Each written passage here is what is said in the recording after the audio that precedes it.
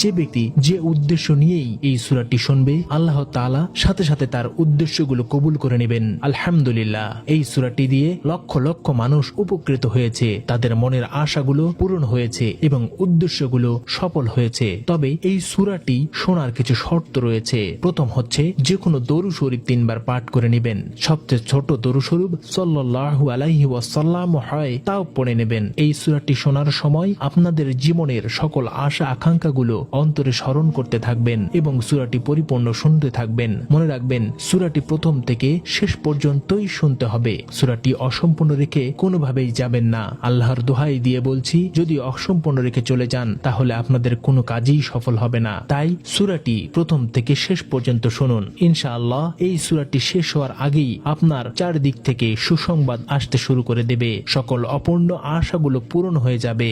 বিশ্বাস না হলে একবার শুনেই দেখুন, নিজের চোখেই আপনি নিজে বিশ্বাস করাতে পারবেন না। মহান আল্লাহর কাছে দোয়া করছি, হে আল্লাহ, যারা এই সূরাটি শোনার জন্য গভীর আগ্রহ নিয়ে বসে আছে তাদের আশাগুলোকে পূরণ করে দিন। মনের লালিত অসম্পূর্ণ স্বপ্নগুলোকে গায়েব থেকে পূরণ করে দিন। আমিন। আপনিও কমেন্ট বক্সে আমিন লিখে মুক্ত দোয়াতে শরীক থাকুন, কেননা কে জানে কার দোয়া কখন পূরণ হয়ে যায়। তাহলে চলুন আমরা সূরাটি পরিপূর্ণ প্রথম থেকে শেষ পর্যন্ত শুনে নেওয়া যাক। বিসমিল্লাহির রহমানির রহিম। আলিফ লাম মিম। আল্লাহু লা ইলাহা ইল্লা হুয়াল হাইয়ুল কাইয়্যুম।